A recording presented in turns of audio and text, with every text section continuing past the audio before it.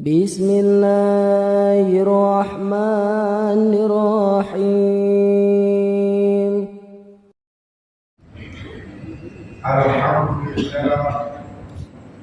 Alhamdulillahilladzi ja'ala hadzal yawm min asyrafil ayyam wa amarna fihi bi tahmidi sholati wassalam ala khairil anam.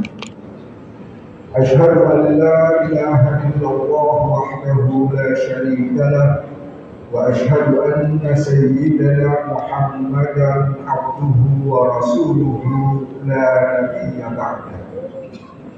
Allahumma shalli wa sallim wa barik ala man ismuhu Muhammad ibn Abdillah wa ala alihi wa sahbihi wa man tabi'ahu min yawmina hadha ila yawmil qiyamah. Amma ba'du fa ya ibadallah, usikum wa nafsi bi taqwallahi ta'ala wa ta'atihi la'allakum tuflihun.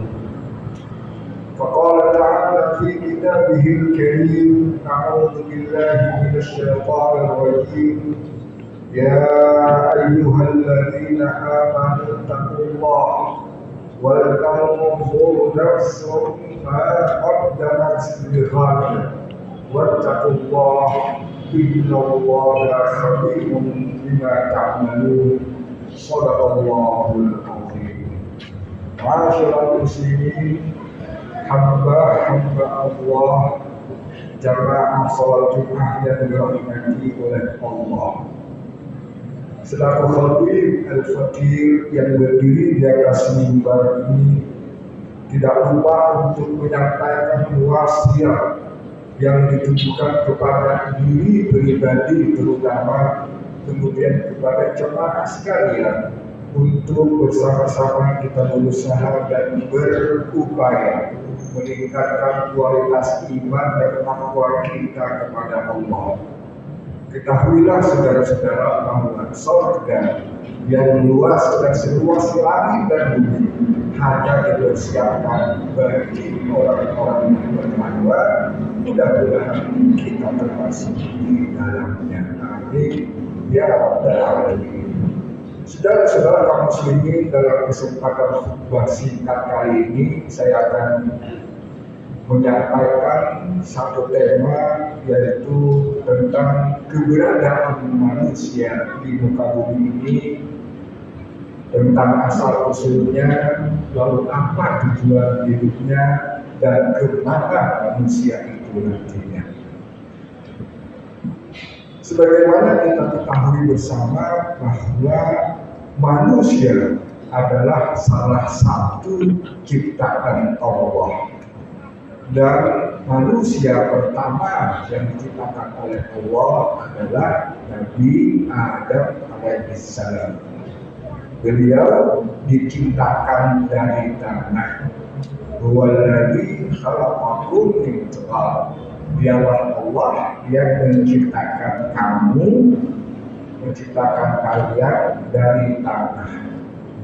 Begitu juga kita sebagai anak keturunan Nabi Adam juga diciptakan dari sari pati tanah. Walaqad khalaqnal insana min sulalatin min tin. Telah kami ciptakan manusia itu dari sari pati yang berasal dari tanah. Kemudian dari sari pati tanah ini Allah menjadikan cairan yang kental, lalu diletakkan di tempat yang kokoh, qararin makin. Cairan yang kental kemudian diletakkan di tempat yang kokoh, yaitu rahim. Kemudian setelah itu Allah menjadikan alaqah, yaitu segumpal darah dari cairan yang kental kemudian menjadi alaqah. segumpal darah, kemudian setelah segumpal darah ini Allah menjadikan segumpal daging. Jadi setiap fase cairan kental atau buah 40 hari, kemudian fase alaqah atau segumpal darah juga 40 hari, dan segumpal daging kemudian juga 40 hari. Jadi 3 fase ini jumlahnya sama dengan 120 hari. 120 hari itu sama dengan 4 bulan. Jadi ketika usia kandungan sudah 4 bulan, maka pada saat itu Allah mengutus malaikatnya. Untuk apa? Untuk meniupkan ruh, sekaligus menetapkan ajalnya, menetapkan rezekinya, menetapkan situasi dan kondisinya ketika dia hidup di dunia ini, bahagiakah atau sebaliknya. Masyaallah muslimin rahimakumullah, mungkin muncul pertanyaan, mengapa Allah menciptakan manusia dan tanah? Padahal Allah Maha Kuasa untuk menciptakan manusia dari emas misalnya, atau perak, tembaga, besi, dan lain sebagainya. Tetapi Allah menciptakan manusia dari tanah. Ternyata saudara-saudara, kenapa Allah menciptakan manusia dari tanah? Karena unsur-unsur yang ada di tubuh manusia itu terdapat di bumi. Kemudian Allah menciptakan manusia dari tanah karena tanah itu bisa memadamkan hati syahwat. Dan yang lebih penting daripada itu, Allah menciptakan manusia dari tanah agar manusia itu menjadi orang yang baik, orang yang tawadhu, orang yang rendah hati. Karena tanah adalah sesuatu yang kita injak-injak. Jangan sampai ada manusia merasa takabur, merasa sombong, merasa pernah di atas langit, yang pada akhirnya juga dia akan diketanahkan. Masyaallah muslimin rahimakumullah. Kalau kita sedikit kembali ke belakang, ketika Allah menciptakan manusia untuk menghuni bumi ini, malaikat sedikit protes. Karena menurut pandangan malaikat, kalau manusia nanti menghuni bumi ini, pasti manusia akan melakukan pertumpahan darah.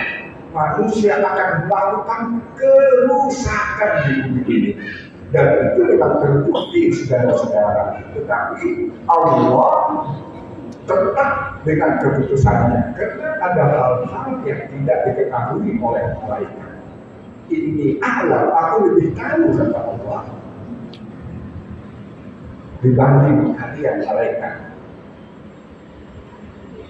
Lalu iblis bukan hanya sekedar protes, tapi iblis membangkang. Ketika Allah perintahkan kepada iblis untuk tunduk dan sujud kepada Nabi Adam, dia menolak. Dia congkak sembari berkata, "Asjudu liman khalaqta." Bagaimana mungkin aku bisa tunduk dan sujud kepada yang diciptakan dari tanah? Ana khairum minhu, aku lebih baik dari Adam. Khalaqtahu min tin wa khalaqtani min nar. Aku lebih baik dari dia. Engkau ciptakan aku dari api, sementara engkau ciptakan dari tanah. Konsekuensinya iblis fakhrut fa'innaka rajim. Iblis dikeluarkan oleh Allah dari surga. Saudara-saudara, iblis merasa takabur, merasa sombong hanya dilihat dari sisi penciptaan asal muasalnya. Tapi pertanyaannya adalah, apakah iblis benar-benar sombong, saudara-saudara? Ternyata tidak. Karena sejahat-jahatnya iblis, sesombong-sombongnya iblis, dia tidak pernah mengaku bahwa dirinya adalah Tuhan. Tetapi manusia yang diciptakan dari tanah sempat dirinya mengaku bahwa dia adalah Tuhan yang paling tinggi. Wa qala ana rabbukumul a'la. Akulah Tuhan yang paling tinggi. Siapa itu? Dia adalah Fir'aun. Itulah saudara-saudara asal muasal penciptaan manusia. Lalu setelah kita berada di dunia ini, apa tujuan hidup kita? Saudara-saudara harus dibedakan antara cita-cita hidup dan tujuan hidup. Kalau cita-cita hidup, ketika kita bertanya kepada anak-anak kita, nah, kalau sudah dewasa nanti kalian mau jadi apa? Mungkin kalian akan menjawab ingin jadi dokter, ingin jadi pilot, ingin menjadi manusia yang berguna bagi bangsa dan negara dan lain sebagainya. Biasa jawabannya merujuk kepada profesi tertentu. Kita tanyakan demikian hanya sekedar mengetahui apa cita-cita hidup anak kita. Tetapi tujuan hidup berbeda. Tujuan hidup adalah sebuah perjalanan yang panjang, yang kita sendiri tidak pernah tahu seperti apa ujungnya. Dan setiap perjalanan panjang pasti ada perjuangan dan pengorbanan, dan memerlukan proses. Dan proses itu akan terhenti ketika Allah menghentikan nafas kita. Apa yang kita lakukan saat ini adalah bagian daripada proses itu, agar akhir perjalanan kita nanti adalah sebuah akhir yang sangat indah. Apakah itu husnul khatimah atau mendapatkan ucapan salam qaulan min rahim, salam sejahtera dari Tuhan yang penyayang. Itu proses yang saat ini kita jalani. Memang ada alasan utama Allah menciptakan manusia. Yang pertama adalah untuk beribadah dan mengabdi kepadanya. Wa ma khalaqtul jinna wal insa illa liya'budun. Aku tidak ciptakan jin dan manusia kecuali hanya untuk mengabdi dan beribadah. Yang kedua, menyembah amanah. Yang ketiga, sebagai khalifah. Itu semua adalah alasan-alasan utama Allah menciptakan manusia. Tetapi juga kita harus ingat, sebelum kita lahir dan berada di dunia ini, kita sudah melakukan perjanjian dengan Allah.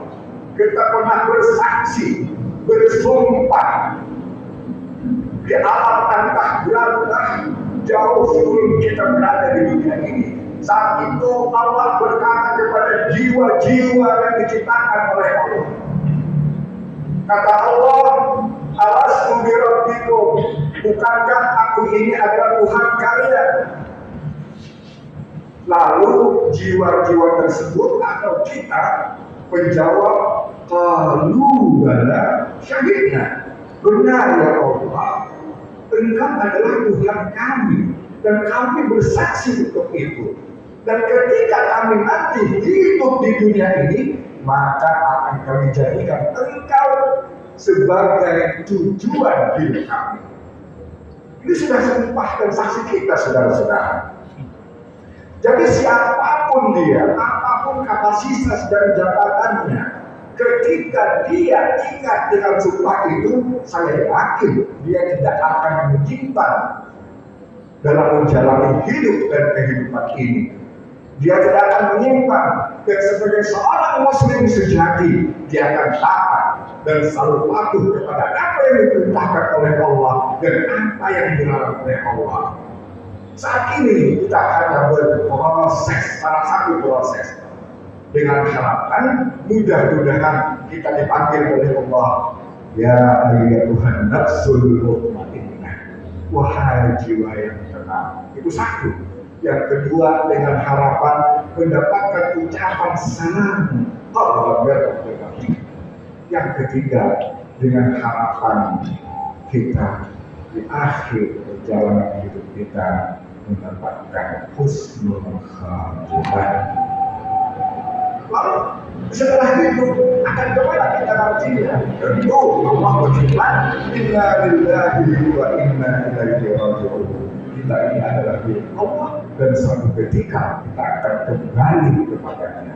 Kata Allah, kullu nafsin dha'iqatul maut. Setiap yang bernyawa itu pasti akan merasakan maut, mati.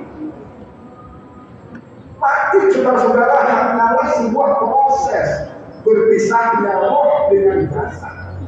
Orang tidak akan mati kecuali sampai ajalnya yang sudah ditetapkan oleh Allah sejak usia 4 bulan kandungan, 10 tahun, 20 tahun, 30, 40, dan seterusnya. Kematian tidak akan terjadi kecuali ajal itu sudah tiba. Dan ketika kematian terjadi, ketika kita berkunjung atau ziarah ke tempat pemakaman muslim, kita akan menemukan satu tulisan yang semuanya sama. Inna lillahi wa inna ilaihi raji'un. Telah wafat fulan bin fulan, tanggal sekian, bulan sekian, tahun sekian. Sama saudara-saudara. Kenapa tidak ada yang menulis mati? Kenapa tidak ada yang menulis ajal, tapi wafat? Ternyata saudara-saudara, wafat artinya kesempurnaan. Ketika seseorang sudah memasuki alam barzakh, maka sempurnalah dia sudah amalnya. Kebaikan yang dia bawa, keburukan yang dia bawa tidak dilebih-lebihkan dan tidak dikurang-kurangkan. Sempurna. Berbeda dengan kita yang masih hidup, belum sempurna. Kenapa? Hari ini kita berbuat kebaikan, besok lusa siapa yang menjamin kita berbuat maksiat. Alhamdulillah. Artinya manusia secara umum imannya kadang naik dan imannya kadang turun. Masyaallah subhanallah, demikianlah asal usul kita yang diciptakan dari tanah. Kemudian tujuan hidup kita di dunia apa, sebagaimana tadi yang telah disampaikan. Lalu kemana kita nantinya? Pasti kita kembali kepada Allah Subhanahu wa Ta'ala. Beri doa dan harapan semoga Allah tidak menakutkan kita kecuali dalam keadaan husnul khatimah. Berikan umur panjang disertai dengan kekuatan iman dan kesehatan tentunya. Mudah-mudahan Allah merahmati dan memberkahi kita. Amin. Ya Rabbal Alamin. Wa huwa wa anta khairul rahimin. اللهم صل وسلم على سيدنا